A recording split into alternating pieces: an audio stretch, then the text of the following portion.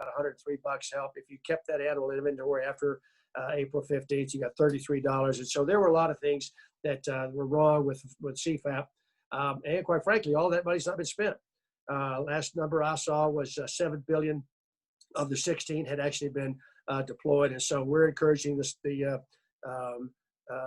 secretary to use whatever leftover money's there to add to the 14 that he now has available.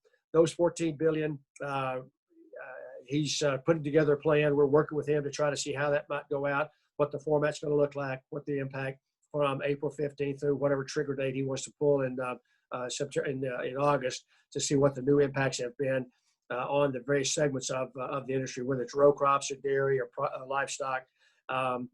If you saw the announcements that he've opened up the CFAP program to an awful lot of things that certain vegetables I didn't even know we grew and couldn't pronounce them. They're now eligible for help under that program as well. Now in June, the speaker brought together real quickly, the Paycheck Protection Plan was a lot of ag industry folks out there took advantage of that program as well. All told, we've loaned about $521 billion out of that program. There's still money left in there. About $41 billion of that has gone to Texas borrowers. And ag was made eligible for EIDL loans, the Emergency Disaster Loan Program under SBA. That program has not gone as well because the SBA is having to underwrite it. But ag is now eligible for those loans as well. Then in June, the speaker began to look at a new round of help for a program. That HEROES Act was something like $3.4 trillion. Again, unheard of. That was done in the dark of her office. No help even from her chairman. And it came together as a $3.4 trillion. We had one Republican vote for it. We had 14 Democrats vote against it. And so that was the marker that she laid down.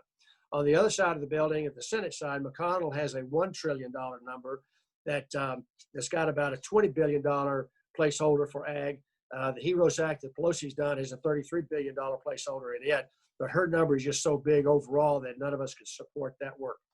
I don't know if there's going to be a compromise bill between those two. I'm really concerned that we do another round at all because it's all borrowed money. We're laying this off on you, your grandchildren, your great-grandchildren. You talked about how young this program is, how young the folks are. 38 is pretty young from my perspective. But that debt is going to be out there for a long, long time. And I'm worried that borrowing more money to throw at these programs and problems when we're not really sure how well everything else has worked and all the unspent money that's still in the system going through, what impact that might have. So I think Leader McConnell announced a couple of days ago that he wants to bring a quote unquote skinny program to the table to deal with state and local issues. We'll see what that is. Neither the House or the Senate are in D.C. right now. We won't be back the House won't be back until the 14th.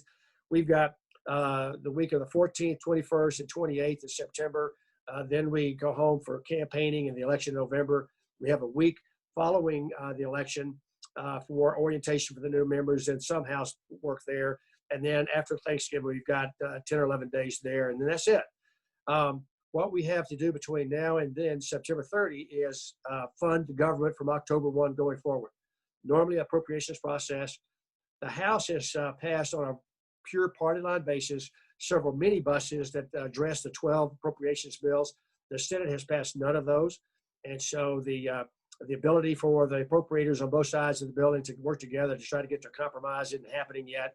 So my guess is that we'll have a continuing resolution, which is a trick that we use in D.C. that says, all right, since Congress can't get its work done on how to fund government in the new fiscal year, we'll just keep spending money in the new year exactly the way we spent it in the last year. So a pure CR would be no change. You just keep moving forward. Most of government, that's okay. But the Department of Defense, it's a disaster of biblical proportions. There's $700 billion plus, and they've got programs that need to go away. They've got new programs that need to start. You can't do any of that under a CR. So it really hurts the Department of Defense. But we will have a CR, I believe, certainly till after the election, maybe to the end of December, maybe into March. That'll be negotiated with the Big Four as to how long that CR lasts. But it will certainly last into December at a minimum. On the Ag Committee, we've only got three things left. we've got Grain Standards Act, we've got mandatory price reporting, and we've got reauthorization of CFTC to get done. I don't think the CFTC thing will get done, but I do think we'll get grain standards and mandatory meat reporting, price reporting on meat. We'll get those redone, probably not by the end of September, but by the end of December. And as with the Farm Bill, you've got a little bit of wiggle room after the expiration date before things really start happening. So I think we'll get those two things done at that point in time. So Molly, with that, I think I'll shut up and try to answer questions. And again, thank you for having me on this morning. I appreciate that. And I think you said I have a couple minutes at the end to wrap up, but I'll be happy to take any questions that you've got right now. Excellent. So if you haven't submitted questions for Congressman Conaway, now's your time. You need to submit them through the chat feature, and then get those going. Although I do have one that we're going to kick off with here that has been submitted. So this question starts with a statement. For years, farm policy was focused on decreasing agriculture's reliance on government payments.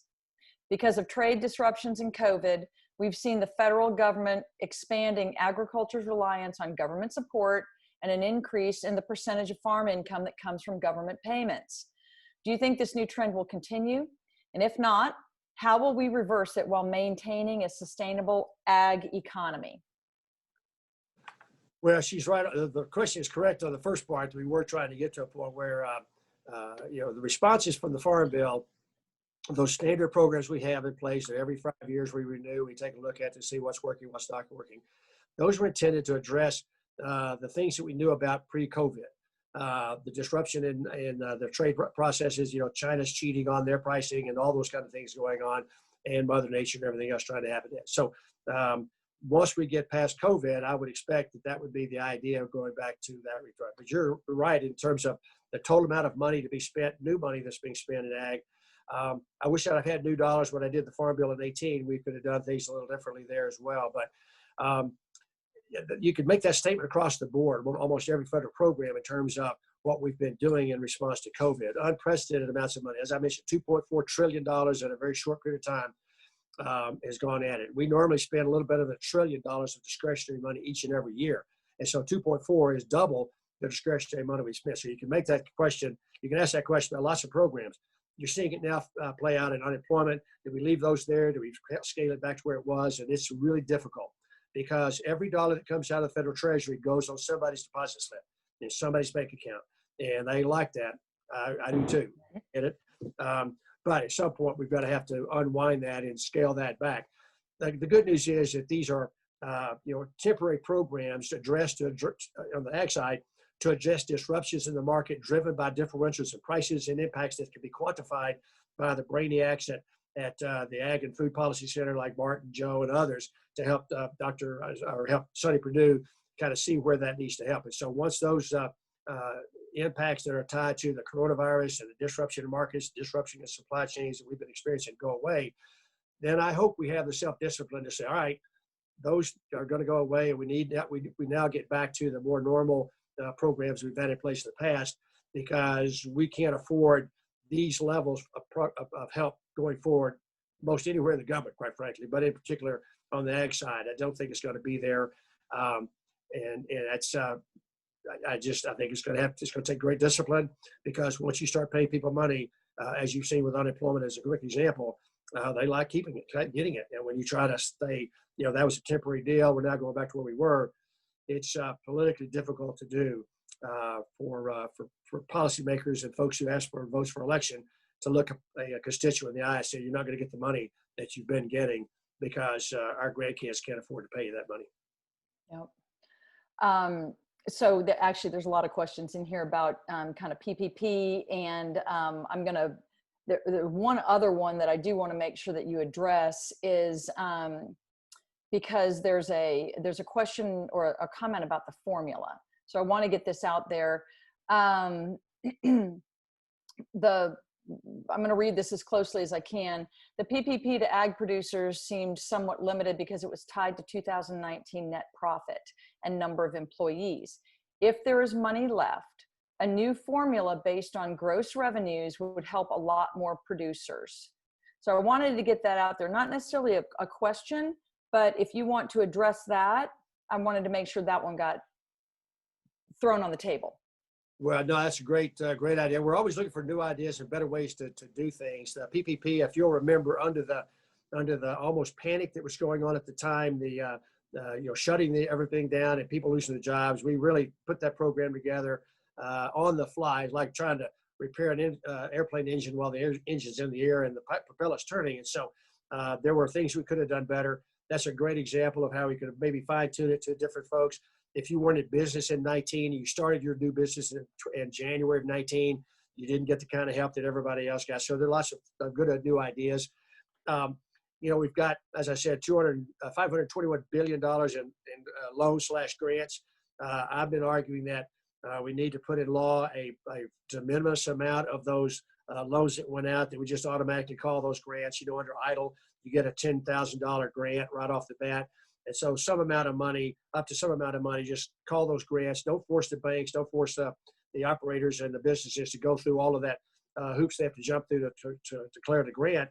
Just do that and then help peel that out. So there are a lot of good ideas like that to be collected. It will require new legislation.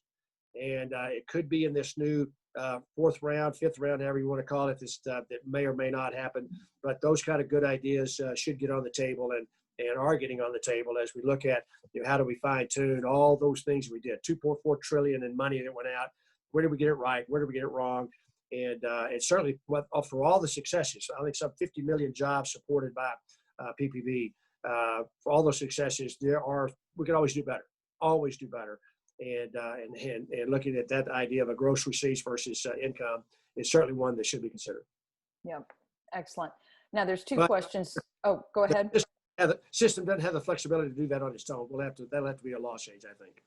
Got it. So there's two questions specific around timing. And I apologize if you've touched on this and I was kind of reading questions off to the side. I truly apologize, but these are very specific, asking about timeline for additional relief programs for agriculture. And then even more specifically, will one get passed before the end of the year? So do you mind addressing that with specificity? Yeah, not at all. We've got a $14 billion package minimum coming from the CARES Act that the Secretary got access to on July 1st. And we're working with the Secretary to put that program in place and get that money out, hopefully in the coming weeks. He understands time is of the essence. The money's there, the money's available to be spent, and how it gets spent, who it gets distributed to. My guess is it will focus on specialty crops, livestock, dairy, and some other programs that may not have gotten the right help in that first round of CPAP. So, but there's a $14 billion number coming. It's in works. It just needs the Secretary and his team to roll that out and then execute it. Our information system is the Secretary will make an announcement of money coming, but FSA, that terrific group of hardworking men and women out in the world, have to actually execute that, write checks. Well, there's a gap between when he says it, when those get done, and so the expectations are that it would be soon, but it would be up to FSA to make a delivery. Anything beyond that is going to take new legislation. And as I said, Leader McConnell may propose a skinny, new round. I don't know if that would include any help for ag. We've not seen any of those details, and there's whether or not Speaker Pelosi and Chuck Schumer really want to do something else. There's a real political question as to whether or not they think this turmoil helps them on November 3rd or hurts them on November 3rd. And it's terrible to have any kind of policy conversation with that overhanging it. But the November 3rd election overhangs everything and where we are from this point forward. And so it'll be whether or not my Democrat colleagues believe that another round is helpful to them on November 3rd or hurts them on November 3rd as to whether or not something like that could get done. Sure. One other question about CDC revisions. So this question specifically is, in light of the recent CDC revisions, are there policy changes in the pipeline for reopening and relaxing restrictions? I certainly hope so. If you look at the pure COVID deaths under CDC's numbers, at the time the number was that I got, there were 160,000 deaths in America. There were 9,200 of those that the only reason that person died was COVID. The other 151,000 had some other underlying condition that caused them to succumb to that disease. Well, as an individual making decisions and as a policymaker making decisions, that allows us to be more nuanced than maybe we were previously when we didn't really understand it. So as we gain understanding of what this disease doesn't do, who it affects and who it doesn't affect, then that needs to educate and inform our decision-making process. I'm not sure. I go to New Mexico from time to time. They still have no indoor dining. So there's a big rental market out there for tents and parking lots for people to go eat. I'm not sure that's any different than indoor dining. So yes, I think they ought to be looking at those issues. Now, from an individual standpoint, if I'm 45 years old and otherwise healthy and don't have any underlying conditions, I'm probably not at more risk of having bad results of COVID than I am other kinds of diseases, and I ought to be able to go about my business in a more normal circumstance. If I'm 75 years old, I'm morbidly obese, and I've got heart problems, I'm going to hide from everybody because this disease does not care whether you're Republican, Democrat, conservative, or whatever. It's going to get you if you've got one of those underlying conditions, and you need to take precautions that the most of us don't. The real issue for a policy side is what about the folks in between? Let's take an example, teachers. School children generally do really okay with it. They get sick and then they get over it. And the teachers that are healthy and that don't have the underlying conditions, they're fine. You've got a lot of teachers out there, though, who have those underlying conditions. They may have diabetes. They may have something else. So how do we nuance and protect those essential workers, so to speak, from the disease while they're trying to teach kids who really would do okay with the disease most all the time?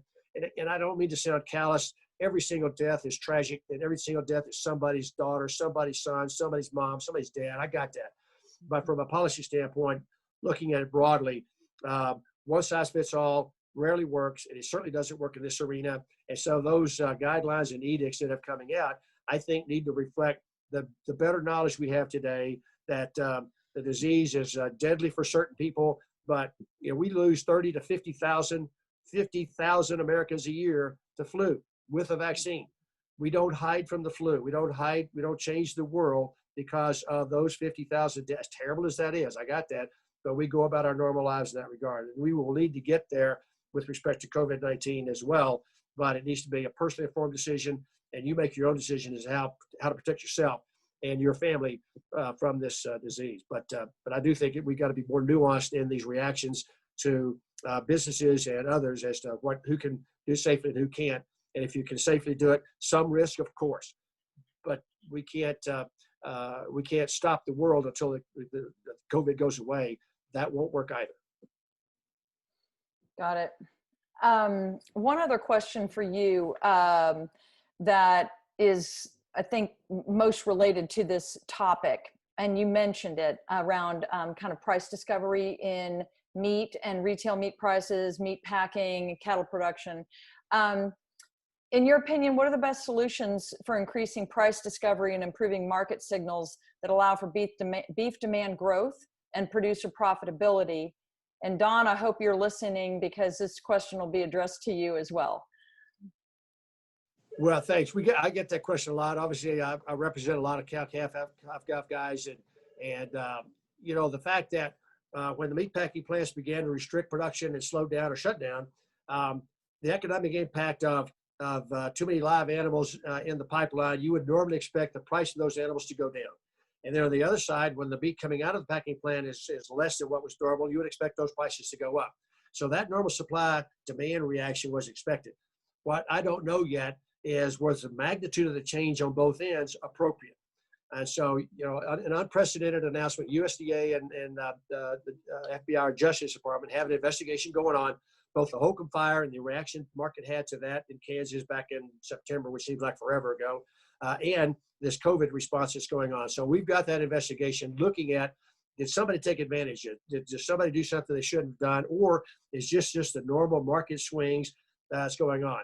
When cattle prices were going up in 14 and 15 and got really high, I didn't hear a lot about folks griping that packers were taking advantage of them. And so this is a constant yin and yang. It's a zero-sum game, and how the packing plants can continue to function, and then how do the folks who provide the raw material, so to speak, the live animals to the packing plants, is everybody getting a fair share of whatever that is?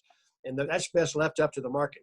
I know there are proposals out there to say, well, you're going to have half of cattle prices, half the cattle is going to have to be sold in a cash market. It's never had been that high. We've got good folks like Dr. Anderson at A&M and others looking at these things and say, all right, is there a minimum that ought to be there to say that's the correct price, or is negotiated pricing okay? All of those kind of things. All of that's under investigation. USDA came out with some suggestions the other day on how things could be better. They found no wrongdoing at that point in time, did not announce any wrongdoing at that point in time. They just had some objections. So, we need demand up on both sides. And if we get people eating more beef and more chicken and more pork, get that demand up, then you'll see that reset itself. But we do have investigations going on to see what it is. But at this point in time, I'm hesitant to interdict the federal government into the marketing schemes of any product, particularly beef, because I've never seen it work. It's always disruptive. It never does it right. It's never as flexible as the market itself is. And so before we begin to mandate certain ways of doing things, let's make sure that we've got a problem there that would be solved by that mandate, because those mandates always have unintended consequences and generally get undone at some point in the future. Okay, excellent. I said that was the last question, but I think we can squeeze in one more because it has to do with CRP. The question, the setup is, someone who was on the leading edge of a boiling sandstorm. So I'm sure that was an interesting experience. But do you expect CRP to be funded through the upcoming Farm Bill, and what are the chances of its continuation in the future? Oh yeah, no, CRP is a mandatory program. And so, yes, it will be funded through the 23 trigger date. And those contracts that are in place at that point, of course, would not be abrogated. They would run out as well. But yes, the conservation title is way too important to the program to be jettisoned. So there will be changes to it. I wanted some changes that we didn't get to make in the CSP part of that program, conservation writ large. But CRP is really a valuable program, and I don't anticipate that in the negotiation of the 2023 Farm Bill, that anybody in their right mind would suggest doing away with that program. Excellent. And I should mention, as we transition over to Jody, because you won't see these, Congressman, there are lots of comments thanking you for your service and what a fabulous job you're doing. So. Thank you. I've had an incredible run. I've had a great experience. It's been labor of love. I still love the job, still love what I'm doing. That's not why I'm coming home. It's good grief. It's time for somebody else to do it. And spending 16 years on that committee has put me in contact with the most decent, honest, hardworking human beings on the face of the earth, and that's the men and women of production agriculture. And it's just been a terrific experience. Let me leave you with one thing. There are lots of things going wrong in our country right now. There's a promise that God has made and a solution that you and I can invoke. And that's 2 Chronicles 7:14, which says, people who will call by my name, if they'll humble themselves, turn from the wicked ways, seek my face and pray, I'll hear them from heaven, I'll forgive their sins, and I'll heal their land. That's a promise God made, but it's also our solution. We can claim that promise, we can live that promise and solve our nation's problems because whether it's the violence you see going on across the nation, the racism that's happening, all of that starts in the hearts of men and women in this country. And if we can reset those hearts to a more moral standard, to the concept that God has a plan for this nation, then we'll go a long way toward solving many of these issues. But thank you for letting me be on the call today. Thank you for those comments. Appreciate that. And with that, I'll be on for a little bit, but I'll need to click off at about 11 o'clock. Sounds good. We really have been blessed, especially with some leadership from Texas in ag leadership. And I know that people that work in agriculture every day are so appreciative of authentic, powerful, and deeply empathetic leadership, especially in ag policy. And so for me and my husband, I know that we thank you for your service as well. And I think I speak for a lot of the rest of us in agriculture. We appreciate it, but welcome home. Thank you. Been a good run. It's been a good run. So Jody, let me kick this over to you. If you're ready to pull your slides up, and it looks like you've started your screen sharing. My good friend Jody is going to talk about the leadership role that I think we've all seen HEB show in during the time of COVID. And you know, Jody, just quickly, even when I was still with HEB, I was on the early days of watching how the entire company came together around disaster relief. And I know that you're going to talk about how that set HEB up for success, especially around COVID, because you've been practicing it for so long around hurricane and flood relief. And it just makes my heart swell with pride when I think about what a great company we have right here in San Antonio and the representation throughout Texas. So I'll be quiet and leave it to you. Thanks, Jody. Well, thank you, Molly, and thank you, Congressman. Your words and certainly that scripture verse from 2 Chronicles 7:14 is part of what I'm going to share today, because it's not just what HEB has done, but it's what HEB consumers, HEB suppliers, HEB communities that where we operate have done. So again, as Molly said, HEB, as a family-owned business with 115 years of roots in the state of Texas, we've learned a thing or two from the hurricanes, and most recently Hurricane Laura and Hurricane Hannah. But going back over the years, as we've taken care of our neighbors and taken care of Texans, this t-shirt represents Texas Strong. So the disruptions to the supply chain that we've gone through over these last 8 months have truly been unprecedented, at least in our lifetime. I wasn't around in the 1930s during the Great Depression or during the drought of the 1950s, but we know Texas agriculture has stood strong over the years. And these next few slides I'm going to take us through, hopefully will tell some of that story. But I'm going to go back to January the 24th. The virus that was first identified in Wuhan broke in the news at the last of December. It was December 29th that it first came across my radar screen. But it was 3 weeks later that I think the world really woke up to there was something major happening in China. And certainly in light of the 2 hospitals that were being built within 2 weeks. And I think as news stories started to take place here in the US, people understood, yes, there was a critical situation occurring in China. But by then there was already the concerns of the spread of this pandemic around the world. And I had team members that were in South Korea, but also had team members that were in Germany and Italy. And they were in Europe at the time when the first cases showed up there. So HEB had already had this on our radar screen. Over the years going and dealing with the hurricanes, we have an emergency operations center headed up by Justin Oakes, who's done an amazing job for at least 2 decades under Justin's leadership. But he pulled together a team and we did a tabletop exercise where we planned for the worst, but hoped for the best. And little did we realize that tabletop exercise we went through in January would become a reality in March. So it was on March the 10th that HEB was the first retailer in the USA to install the plexiglass sneeze guards. And then we put floor decals overnight in our stores across the state of Texas. It had helped that we were learning what was occurring in Europe, but we were also speaking and trying to understand what was happening in South Korea, Taiwan, and other places in the world. March, we pivoted and pivoted and pivoted again, but it came to the point where we had to reduce our store hours just to be able to keep up and allow our stockers time to replenish their store shelves, and then more importantly, to put in measures to protect our customers, HEB partners in our stores.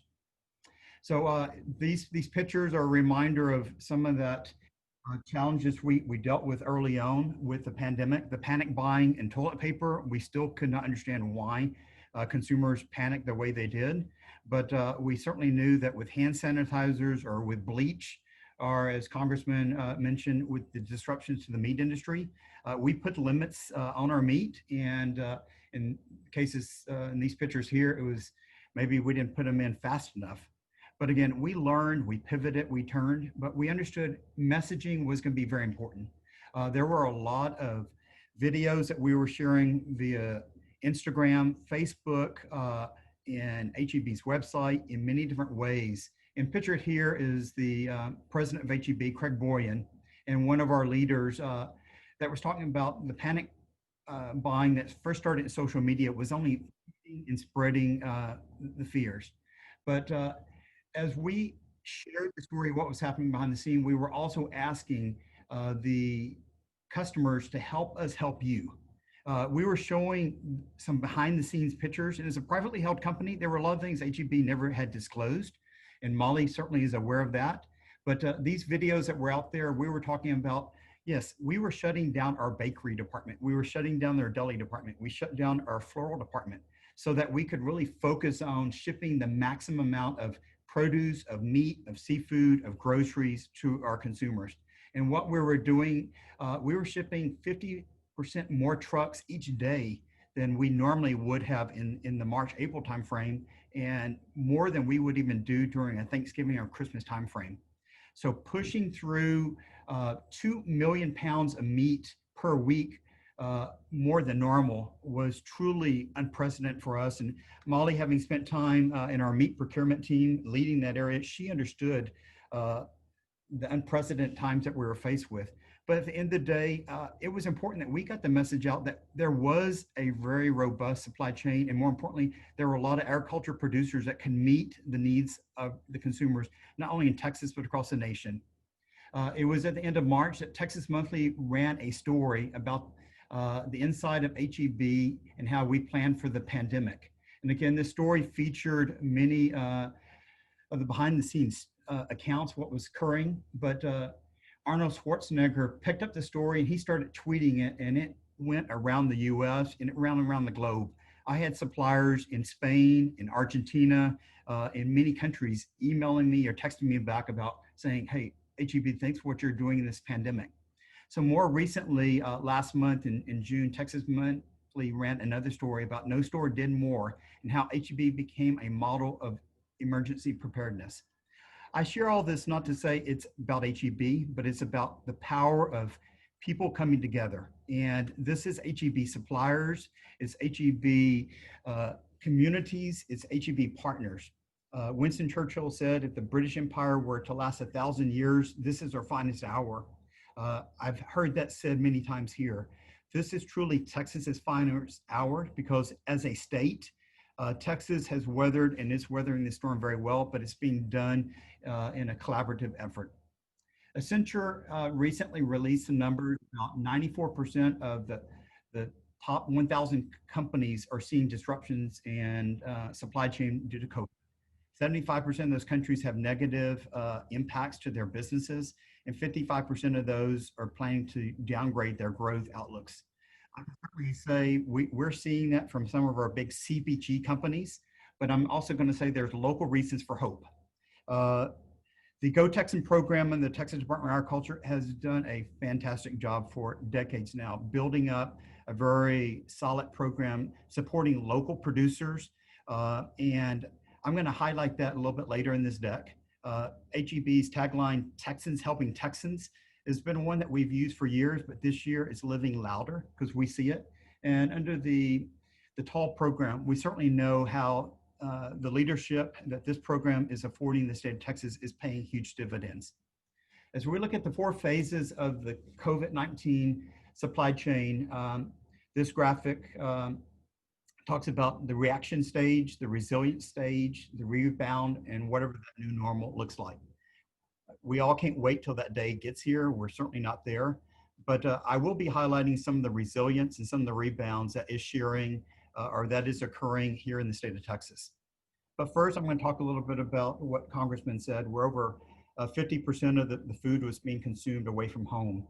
So as restaurants closed temporarily early on, that put a tremendous pressure upon traditional retail or on the supply chain, because the food service sector, for all practical purposes, when spring break was occurring and students did not go back to colleges, universities, or to public schools, meant breakfast, lunch, and dinner was being consumed at home.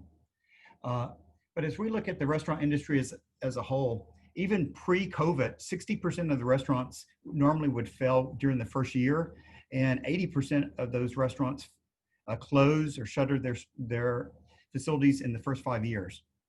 Some recent numbers that came out in May said that 12% of Texas restaurants had already closed for good. More recent numbers saying 60% of the restaurants across the US now are permanently closed. And we certainly see that, whether it's Shady Grove in Austin, there are many Texas institutions, Texas restaurants that have permanently closed. And that will cause disruption. The lines in the drive-through fast food or the drive-through traditional dine-in restaurants are long. So this chart really talks about where in the 1960s, it says 70% of the food was consumed away from home or at home and 30% from home. Growing up on a farm and a ranch, I'd say 98% of the food in my household was consumed at home. And it was only rare exceptions that we did go to a restaurant or go out. But if you look at by the year 2012, those numbers had matched where 50% of the food was consumed at home or 50% away from home. But again, with the closures, one thing HEB learned quickly, and we knew that we needed to help our neighbors. So on April the 3rd, we announced a program where we're supporting Texas restaurants. Whether it was La Gloria or Rosario's Mexican Foods, Two Brothers Barbecue, or Vela Farms, a woman-owned business in Victoria, Texas, that's been farming and ranching since 1863. Yet Sarah Vela owned a restaurant and she had no customers. So we invited Sarah to bring her food into HEB stores and start selling it. This program has been hugely successful because it's allowed our consumers to get some of the foods that they normally would not have been able to get because those restaurants were closed, or the drive-in windows or the drive-up was challenged. So again, this program was one where HEB knew that we needed to help our neighbors. Although we could see a restaurant as a competitor, as a share of stomach, it was the right thing to do, because if we can keep employment in these restaurants, once this pandemic we're on the downside and they're back in business, then those are Texans that we want to continue to support. Other reasons for hope that I have is, in addition to working and supporting our retail side, part of what we've done over the years through the hurricanes is help first responders. So I was challenged personally to find enough hand sanitizers for fire departments, police departments, sheriff departments, first responders around the state of Texas. And let's say that the distilleries in Texas lived into this in a powerful way. High Rum outside of Blanco very quickly started producing hand sanitizers, but they didn't have anything to put it in. So we provided them 5-gallon pails, 10-gallon pails, 55-gallon drums. So whether it was High Rum, Deep Eddy Vodka, Gulf Coast Distilleries over in Houston, or Southern Champion up in the Dallas-Fort Worth area, these suppliers normally of whiskey or rum or vodka pivoted, but they said, we don't want to sell this. We want to give it away, but HEB, can your distribution help us do that? So there were semi-loads of hand sanitizers being picked up, and HEB had the privilege of delivering it to Corpus Christi, Laredo, all across the state of Texas as part of this Texans Helping Texans. But again, another example for hope comes out of the Panhandle right below Lubbock in the town of Slayton, Texas, is one of the oldest bakeries established in 1923 called Slayton Bakery. Chad Wilson, third generation owner of that operation, entered HEB's Quest for Texas Best in 2015, and a panel of judges voted his bakery or his vanilla wafers the best in Texas.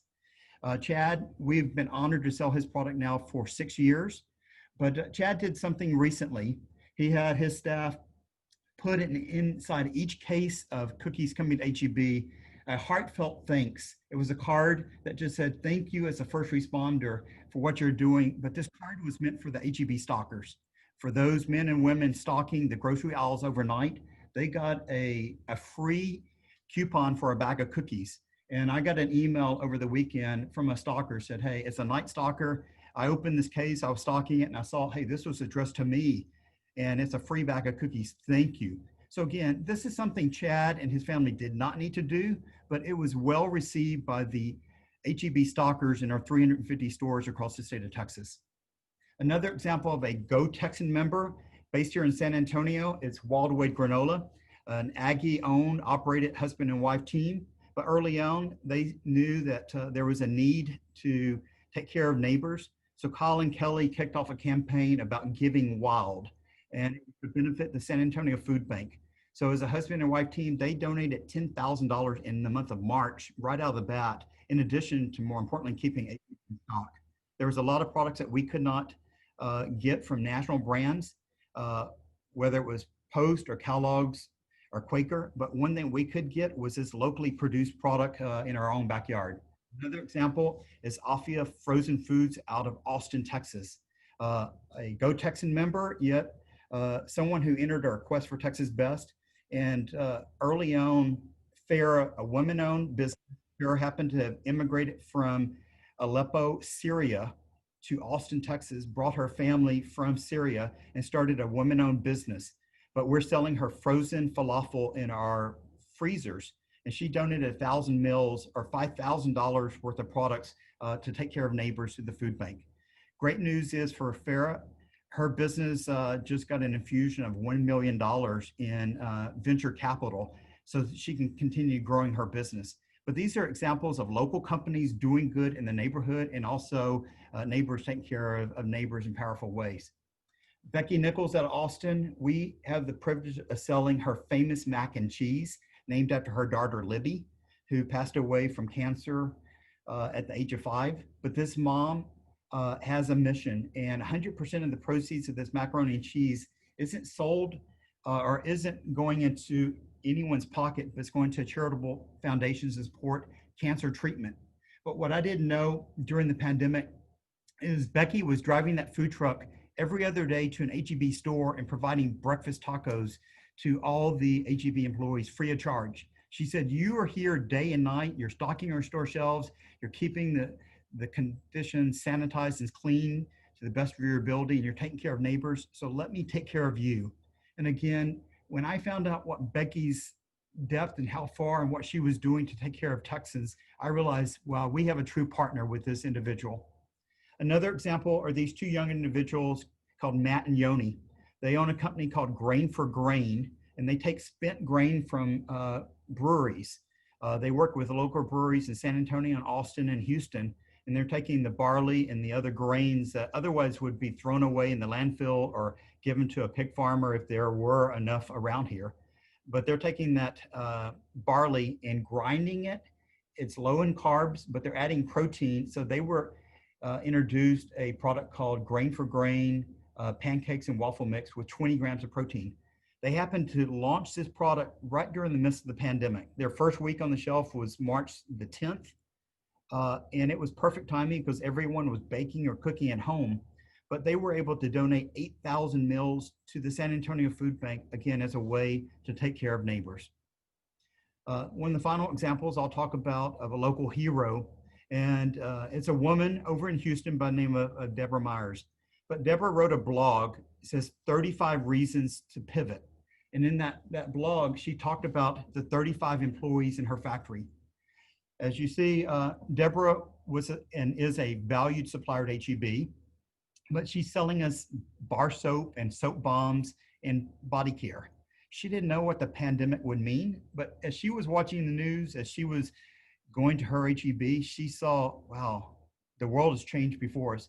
So she took initiative on her own to make some hand sanitizers, and she sent HEB hand sanitizers for our partners or employees. And when we received this bottle that you see here on the slide of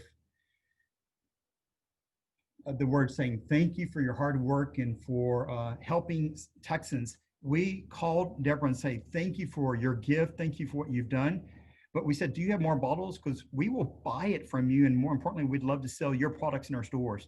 So her gesture turned into a business venture. And we started selling a hand sanitizer infused with essential oils made in Houston.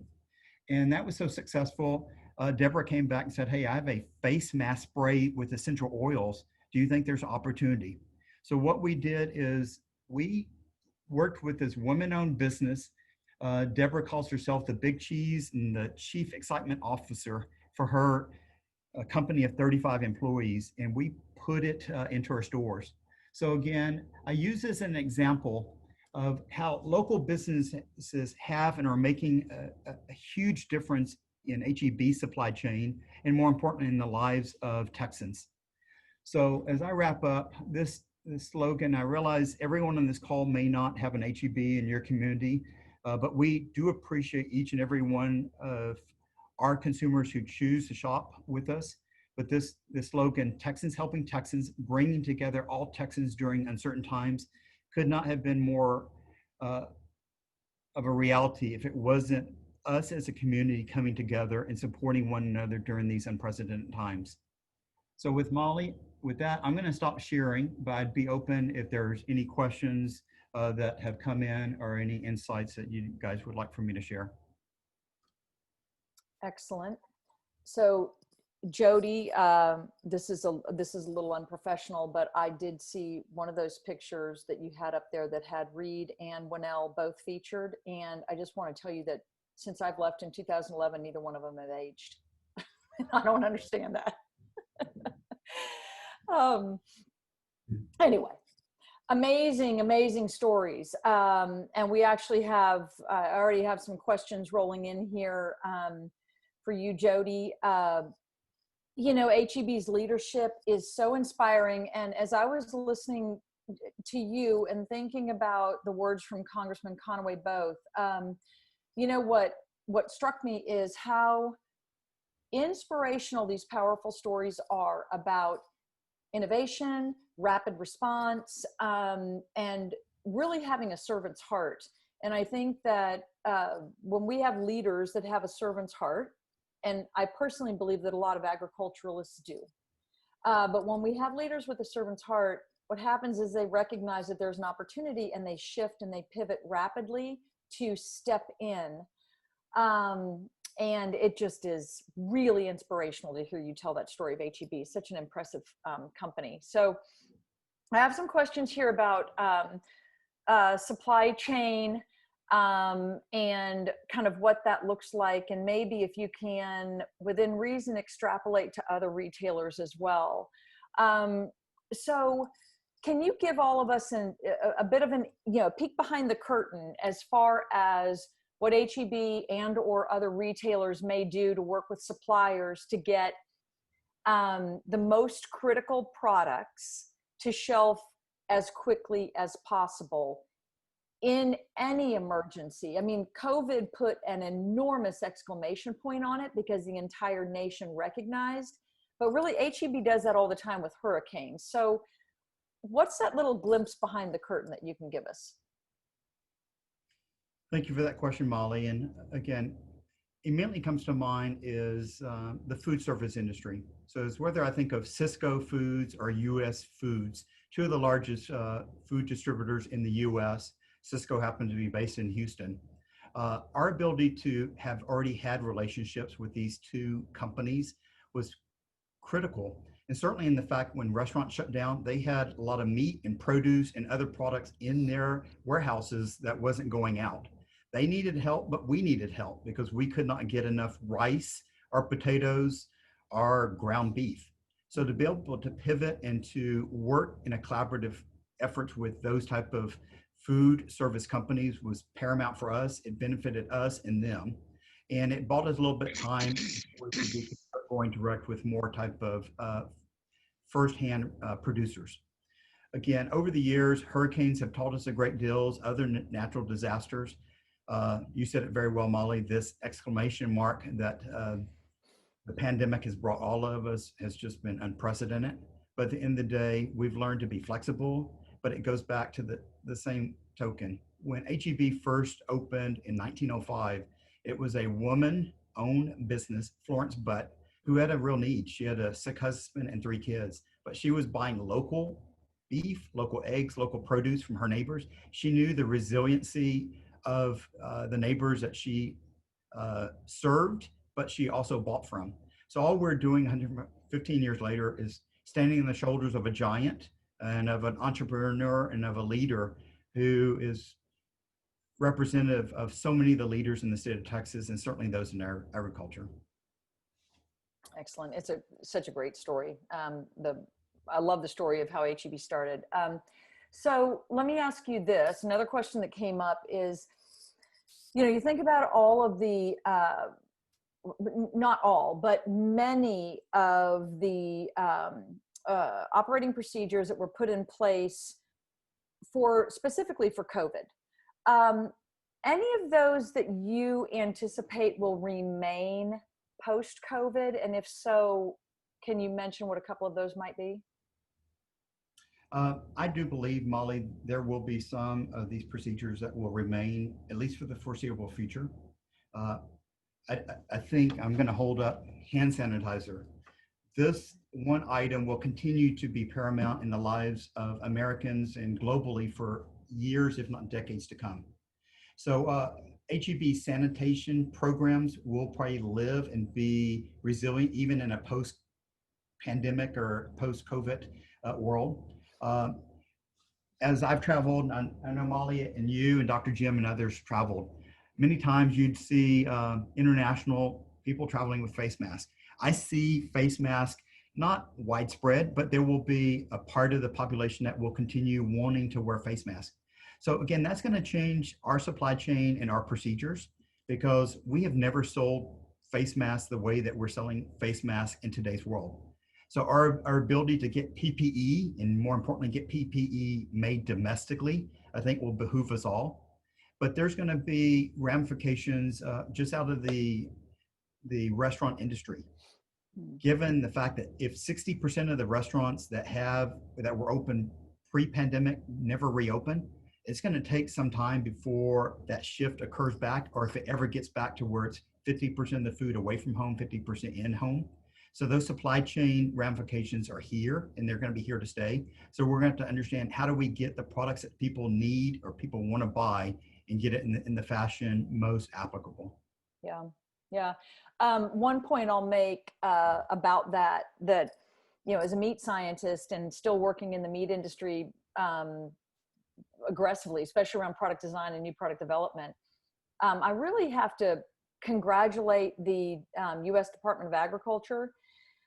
Immediately, that agency shifted to allow food service products to be sold at retail with a more lenient labeling regulation. And so what that means is that the way that you can label products for food service distribution, that is significantly different than how you have to label products for retail distribution.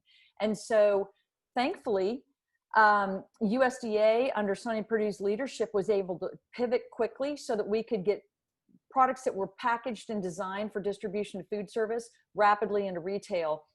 That was just one example of a rapid pivot that I saw from my part of the industry that frankly I found shocking, because that is a slow-moving industry or slow-moving agency. So that was pretty impressive.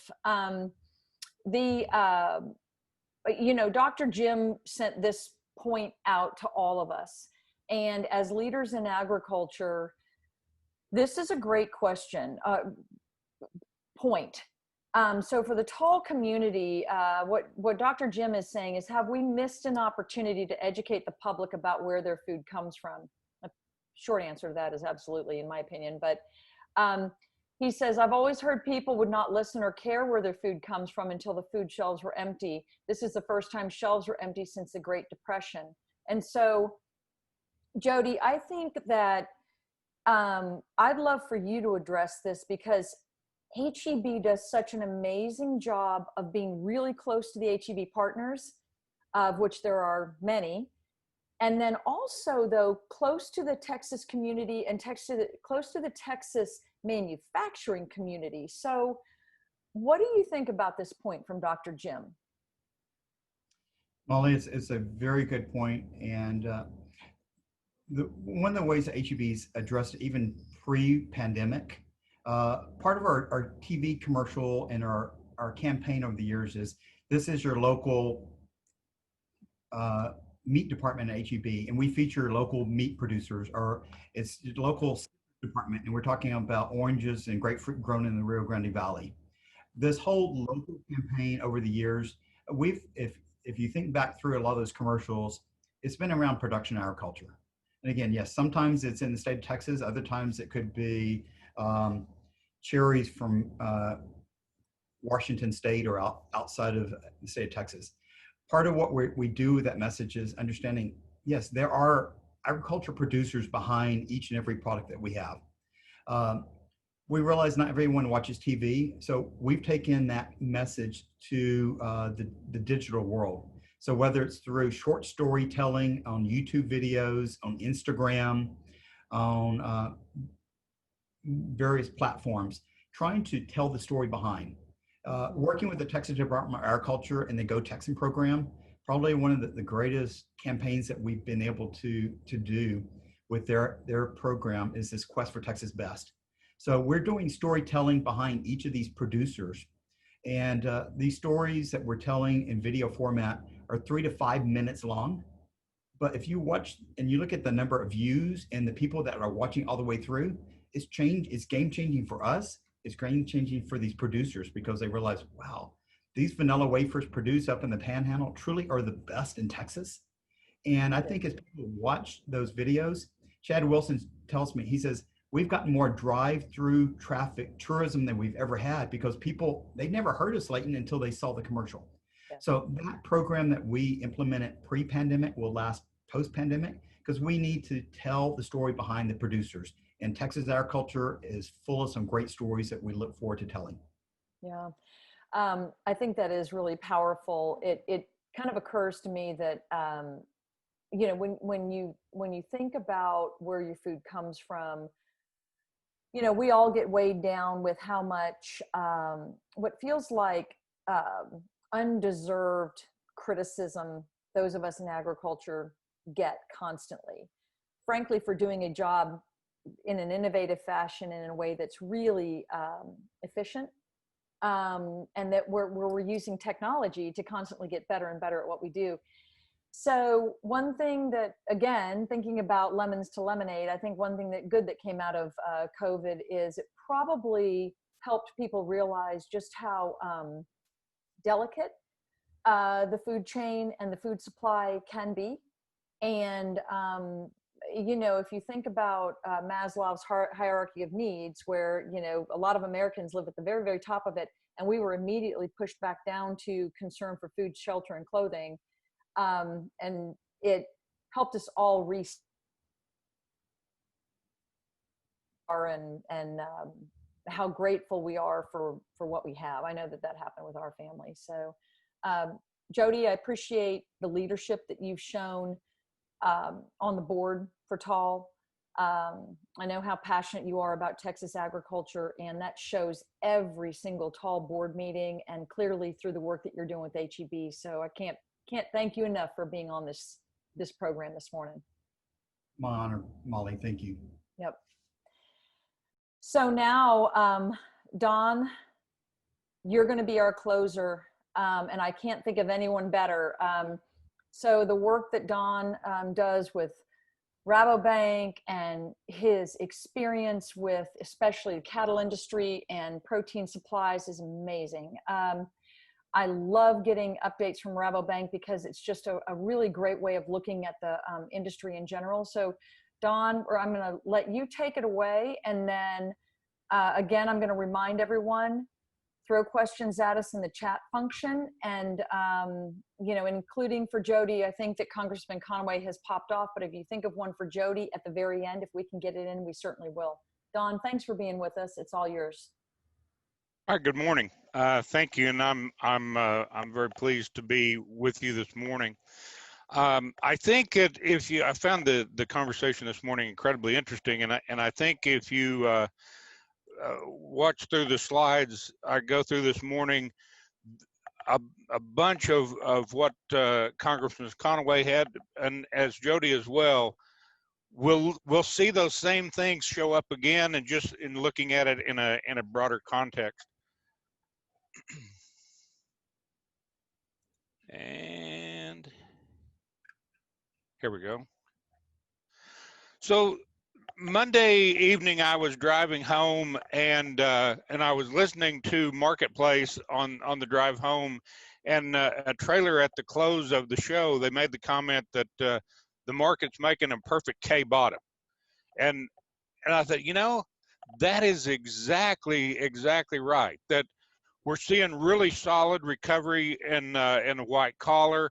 High income earners are recovering. We're seeing in a lot of ways minimal disruption from those people that have the benefits of being able to work from home. But blue collar, low income earners, they got that group of folks. The bottom has fallen out of this economy.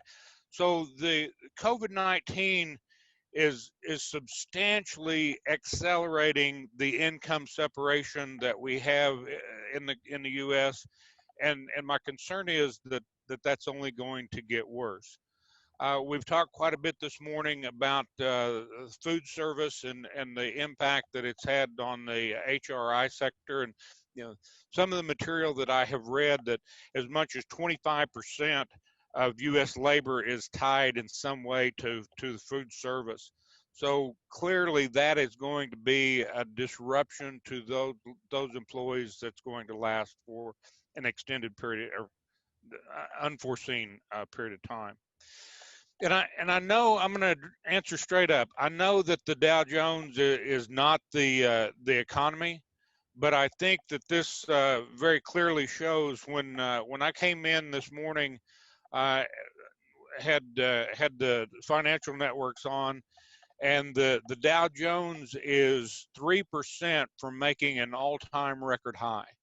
But I think that that can be really deceptive when you look at the fact that Apple alone accounts for 28% of the Dow Jones Industrial Average, and the rally that has ensued with their announcement that they're going to make a 4-to-1 split. So you look at the earnings that Tesla has put in for the quarter. If you look at Zoom shares this week, where I'm going with this is the stock market is somewhat misleading because it is so heavily influenced with tech stocks, and there's a lot of conventional manufacturing, conventional companies that are not seeing this kind of return. I recently saw an interview with Mark Cuban, and he was talking about the similarities in this market and the dot-com bubble back in the 80s that he was a part of, and I think there's certainly a degree of vulnerability there. One thing that is helping us immensely, and for those of us in agriculture trade, if you look at the huge volumes of sales of corn and soybeans that have been sold, announced going to China in the last 4 to 6 weeks.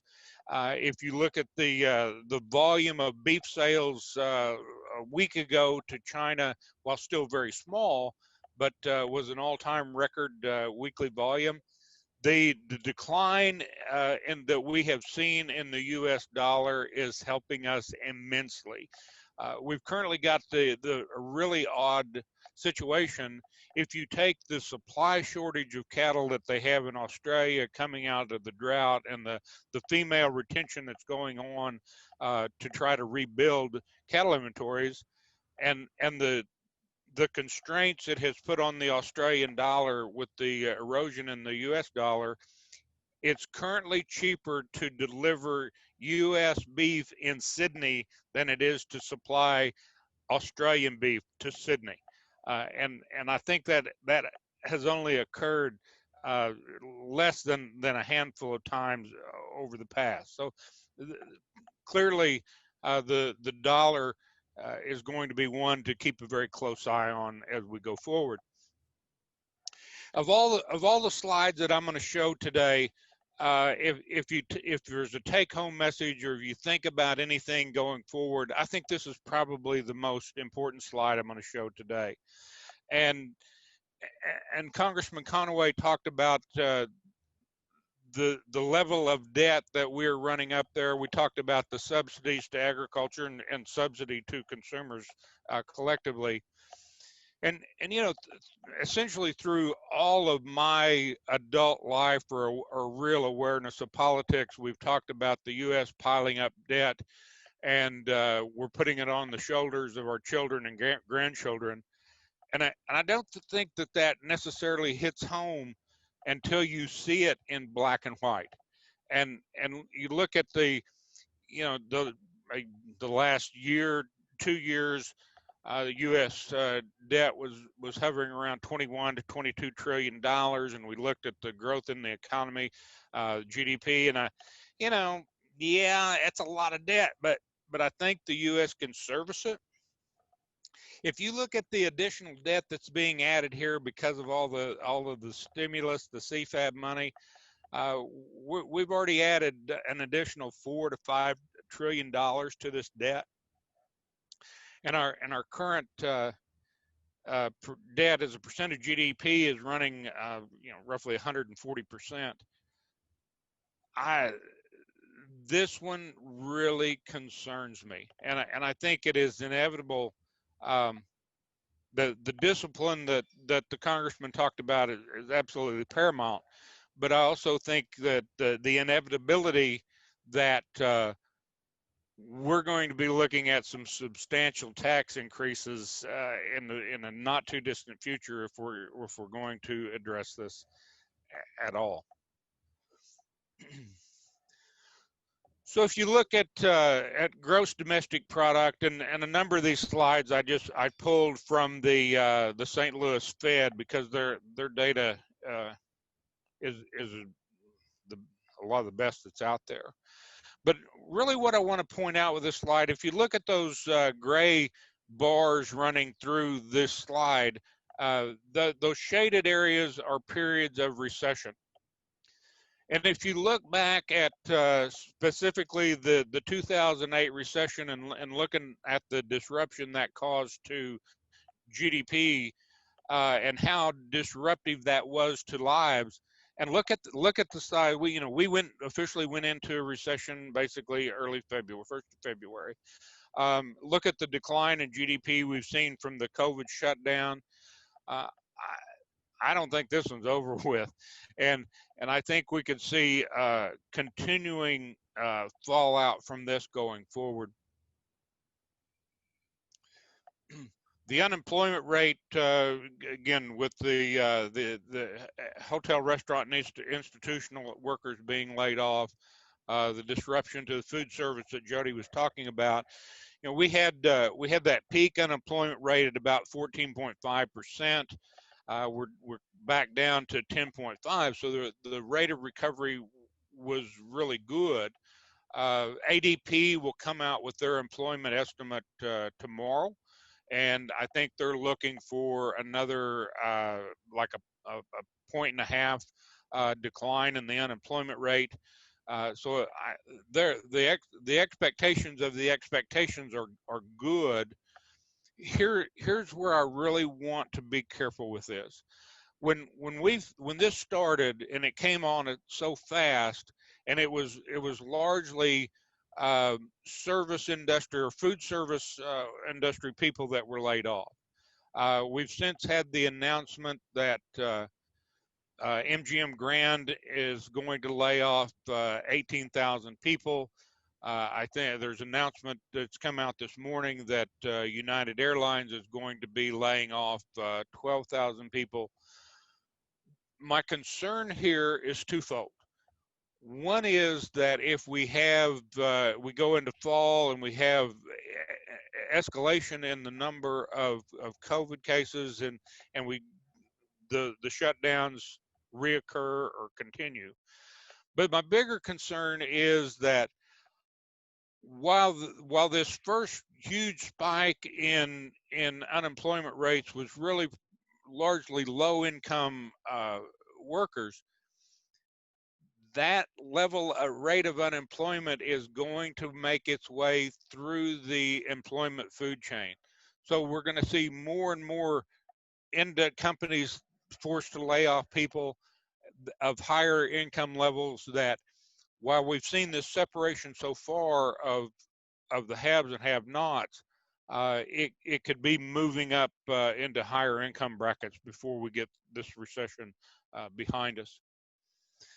And you can look at that. In spite of that spike in labor, the demand on labor cost, if you look at the far right side of the screen, wage increase demand is still very, very strong.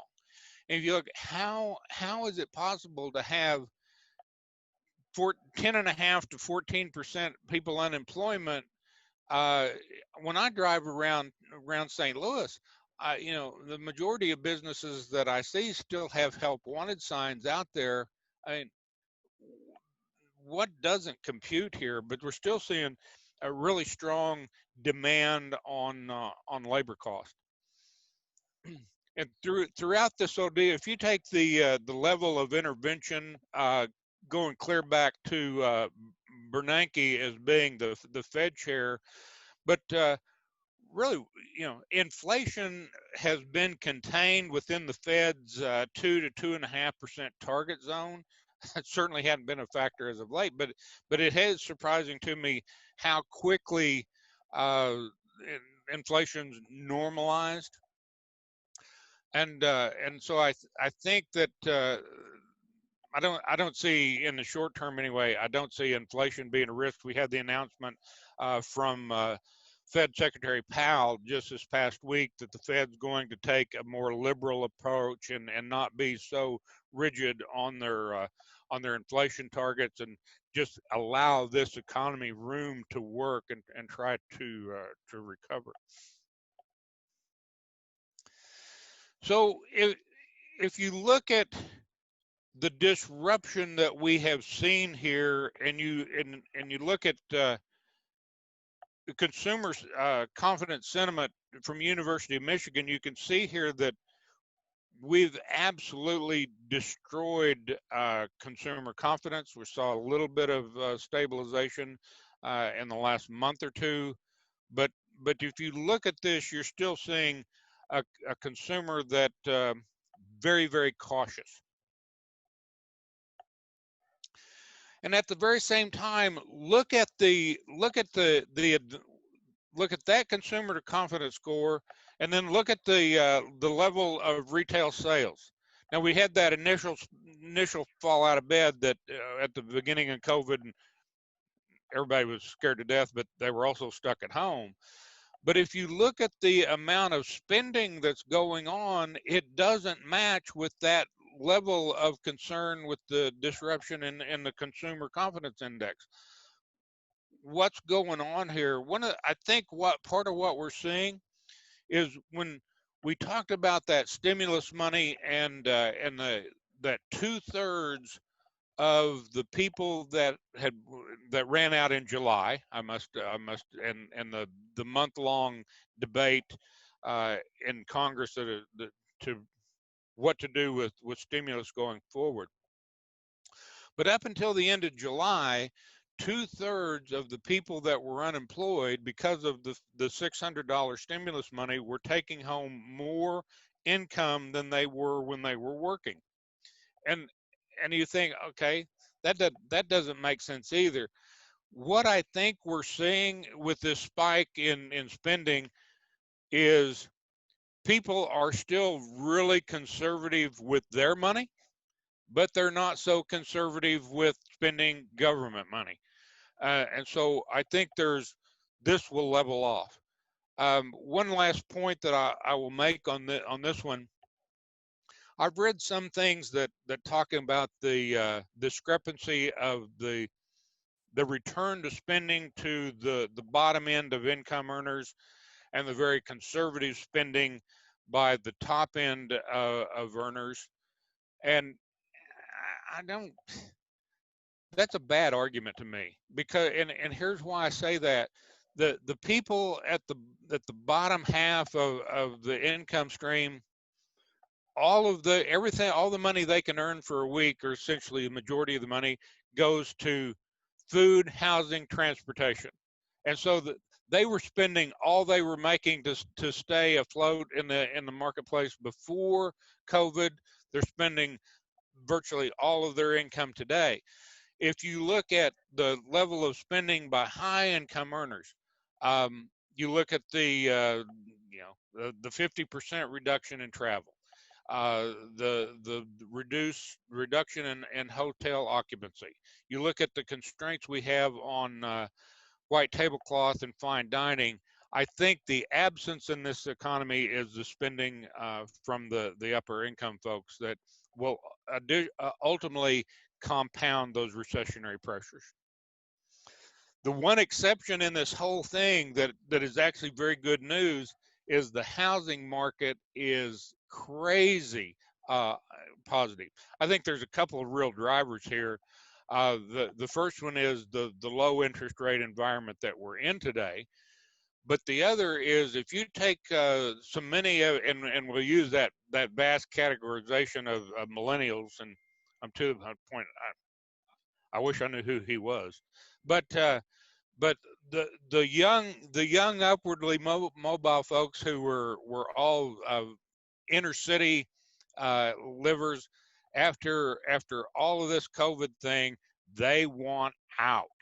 I've heard stories that you've had as many as 1 million high-income folks leave New York City, but since 2000 of the index, you got housing prices up 2.25%, and you hear story after story of houses that are on the market that will have multiple offers and running the price up over the asking price just because of availability. You can see here that pre-existing home sales certainly at the high record levels and at the high end of what we've seen, but the pre-existing home market isn't nearly as strong as the new home sales are just doing it all. And I think the real positive connotations to this is not so much of the money going through the economy for that mortgage, but I think if you think of any relocation and the number of trips you make to the furniture store, the countless number of trips you make to Lowe's and Home Depot, just when somebody goes into a new house, there's a lot of associated spending that goes with that will ultimately be supportive to the market. One thing I saw just this morning was that currently a full third of the bonds, mortgage-backed bonds, are currently owned by the Fed. So clearly the current interest rate environment, but the amount of that mortgage money that is being held by the Fed, the government, or certainly the Federal Reserve, is doing everything in their power to support this strong wave of residential house sales. I put this slide in here for largely for the Texas perspective, but you think of we've talked a lot, and our attention is on the level of unemployment in food service, but currently the Baker Hughes rig count is down to 250 rigs working nationally. I was talking to a friend of mine earlier this morning and asking him how many people work on a typical rig, and I don't know the answer to that. We were coming up with about 25 on the physical rig, but when you take all the service people and the tool suppliers, you're talking hundreds of people per well. And when you have that backed off to only 250 operating wells in the U.S., you can certainly see where a portion of that unemployment is currently coming from.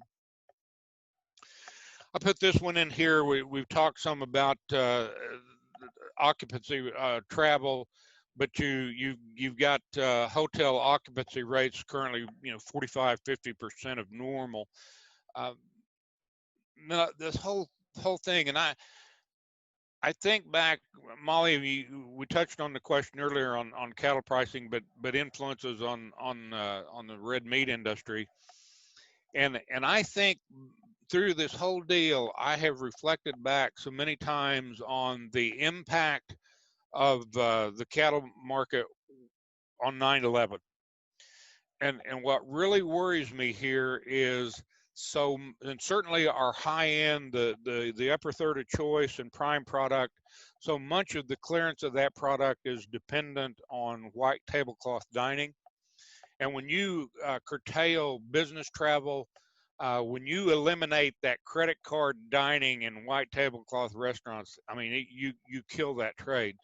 So I want to be looking out for the impacts of lack of business travel and what that will have going forward. So I'm going to wrap up the part of this and say, with so many moving parts and so many contradictory components of this current economy, I focus more on what. Okay, so what are your takeaways here? And income inequality, I think, is going to be a huge issue, and one that the U.S. will ultimately have to address. The positive influence from the declining U.S. dollar, specifically to or primarily to agriculture.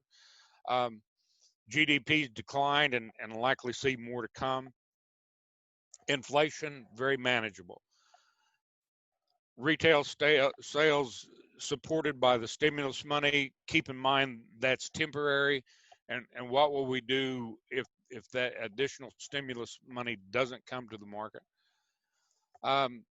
Unemployment rates have improved, but continue to be a risk, not only in total numbers, but who is that person, that the job profile that is unemployed. Labor cost remains strong in spite of the unemployment. Housing is the exception, and it's crazy strong. The big losers in this: oil and gas, travel, the hospitality business, and as I pointed out, that total U.S. debt, escalating government debt, and servicing that debt is a major worry that I have going forward. And with that, I will open this up for questions.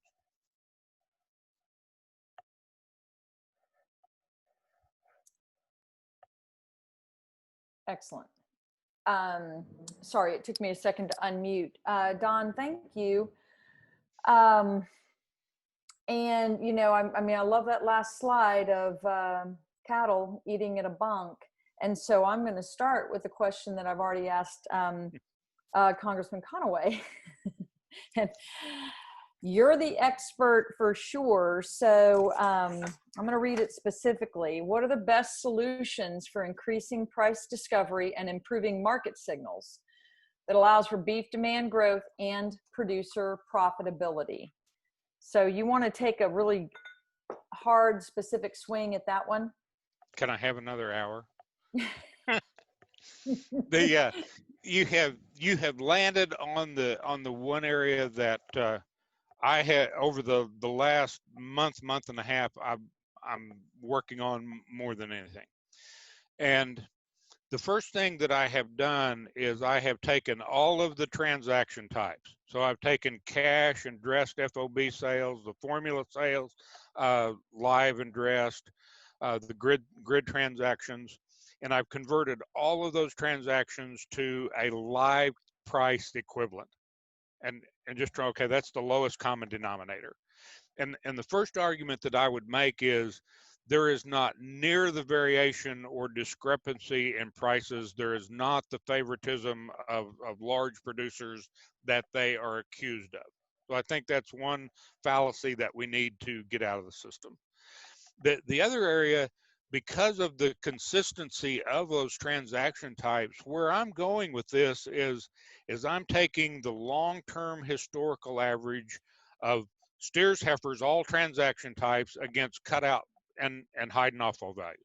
So drop credit values, looking at those historical relationship between cutout and cattle, and I'm absolutely convinced that we can price cattle off of cutout values. So that would make all of this fight over who's selling their cattle and what type of transaction, make that irrelevant, and have a tighter relationship with the wholesale market. Interesting. I'm actually writing that down real quickly so that I can think of where to go with that one. I have a couple of other questions that I want to make sure we get to. This one is probably the closest to Thank you in advance, by the way. This is going to be good. This one's the closest to a kind of a political hardball that I'm going to throw at you. You can take a swing at it however you want to.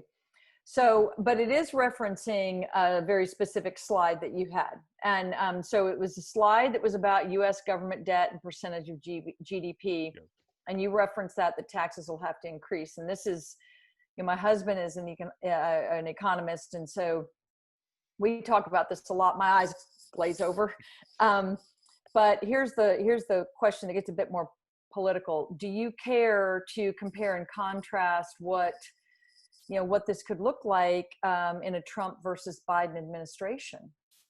So if you want to look in your crystal ball, you know, somehow we've got to solve the issue. What would that look like? We had a global call yesterday within the bank of all the animal protein analysts, and we're starting to talk about what we were going to do in our annual outlook into the year piece. And the publication deadline on that is just in front of the election. Oh, So yeah. we got into this, said how I cannot recall an election that is going to be more impactful for agriculture on depending on the environmental front, the labor front. So yeah, we were playing rock, paper, scissors before the day was over with of who got to write the outlook under a Trump administration and who was going to get stuck with writing the outlook under a Biden administration. I'm gonna try to answer this without becoming too political. Mm-hmm. I think it is critically important for animal agriculture that we keep the existing administration. I do. Yeah. Okay, fair enough.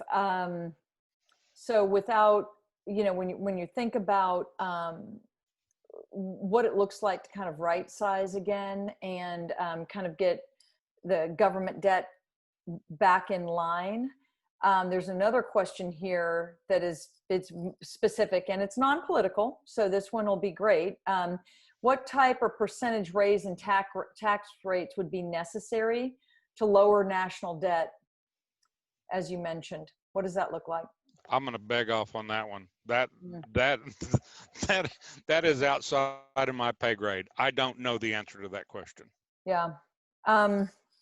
Well, I definitely think it's something that, you know, probably any of us that are middle-aged and above, we definitely all realize that there's no free lunch. And so when you spend money that you don't have, somehow you got to figure out how to make it again. Yep. So the slides that you had, though, were really illustrative. And I know that I actually screen captured some of them, which I will not share with anyone except for my husband, because I know he's on the road right now and he'll be interested to see some of those data. So as we think back about some of the supply disruption that we saw in the meat sectors, do you mind going into a little bit more detail about, you know, that, of course, that industry is near and dear to my heart. I've worked in it my entire career, but, you know, anything that you can offer in terms of, you know, kind of where that industry has gone in terms, okay. And the way I'm thinking of it is, you know, kind of helping us understand the size and the scale of not just large scale cattle feeding, big cattle feeders, but then big meat packers, I think may baffle the imagination of a lot of folks. You know, we know it really well, but can you talk through that a little bit and then try to offer some color commentary about, you know, kind of what happened and how it happened and how we're recovering out of that? Wow, that's a great question. The first thing if we will reflect back for those of us that are in that business, when those shutdowns first occurred, the common conversation was that even under the best of circumstances, we thought slaughter rates would be roughly 85% of normal, and we were talking about the stainless steel or plastic partitions going in between workers on the fab lines totally rerouting traffic through the plant. You know, as you're aware, we're currently back to a very solid 98% of capacity. And my take throughout that whole conversation was the one thing the U.S. livestock processing industry is good at is driving efficiency out of that machine. And that is exactly what they've done. I think I cannot praise them enough for the job they did. And I've had conversations with several of them of trying to protect their workforce, trying to provide product to their existing customers, not lose market share to the other packers or risk losing that market share. They were under heavy duty stress, and they handled it very well. Yeah. Now, with that said, I think the other thing that needs to go on this, and it came up earlier this morning, through a lot of the pricing debate we've touched on, the COVID issue that we've touched on, the price discrepancies. One frustration that I have throughout all of these arguments, the fact that from the low ebb in U.S. cattle inventory in 2014 to today, we've added 6 million cattle to U.S. inventory. And while we've done that, we've done nothing to increase slaughter, nothing measurable to increase slaughter capacity. So the leverage that in favor of the packer currently, it's part of the cyclical flow of things, but it's also a big explanation of a lot of this disparity that people are so upset about, but they don't want to incorporate it into the argument.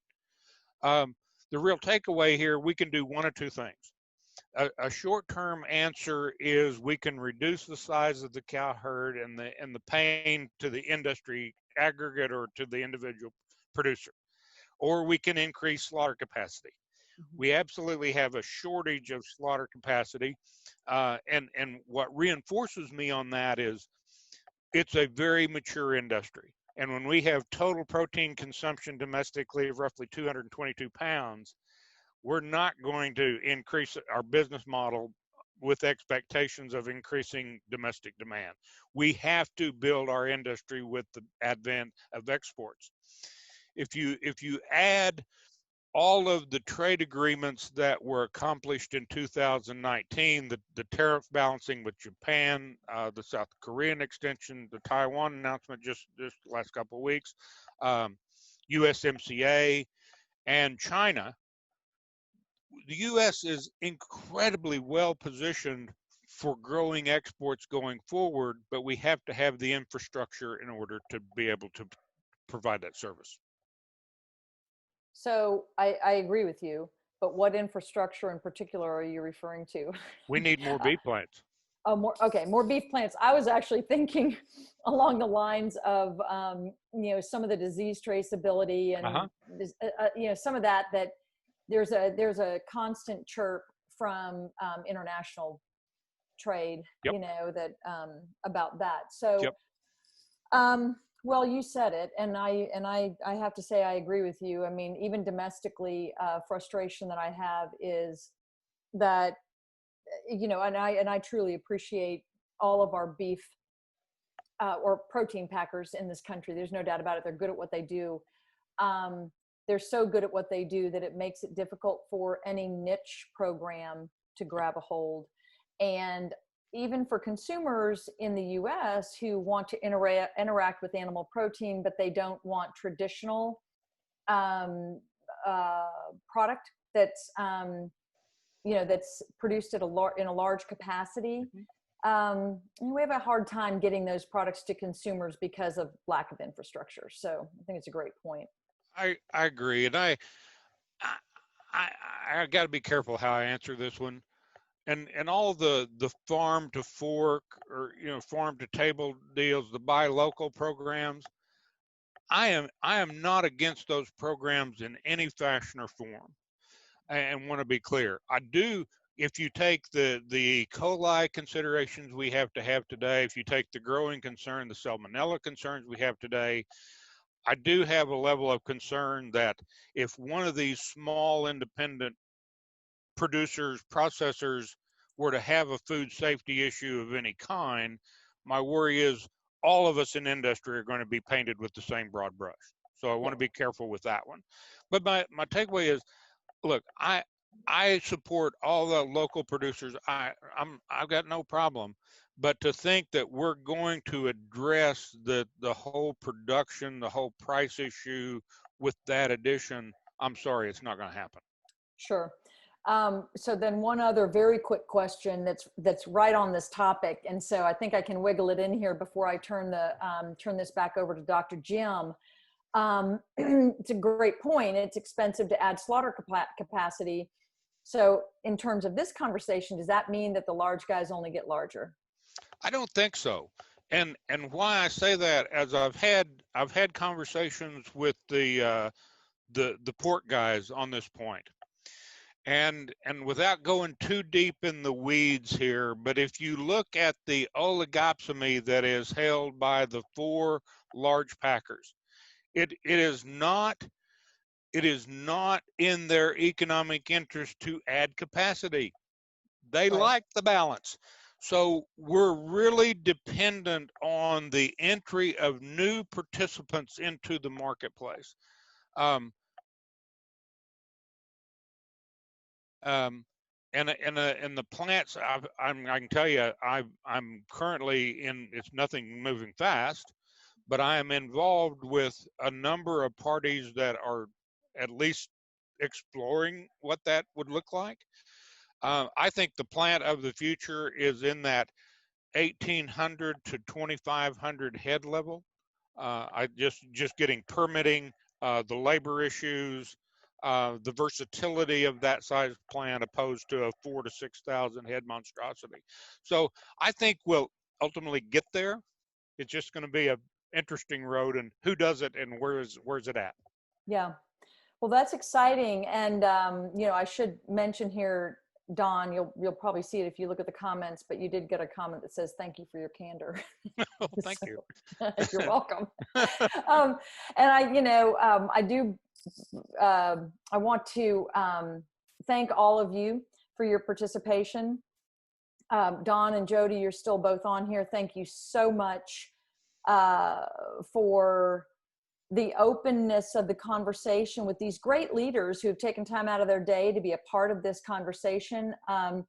Dr. Jim, between you and of course Jim Pruitt as chair of the board, you guys put this in motion to allow it to happen. So thank you to you both as well.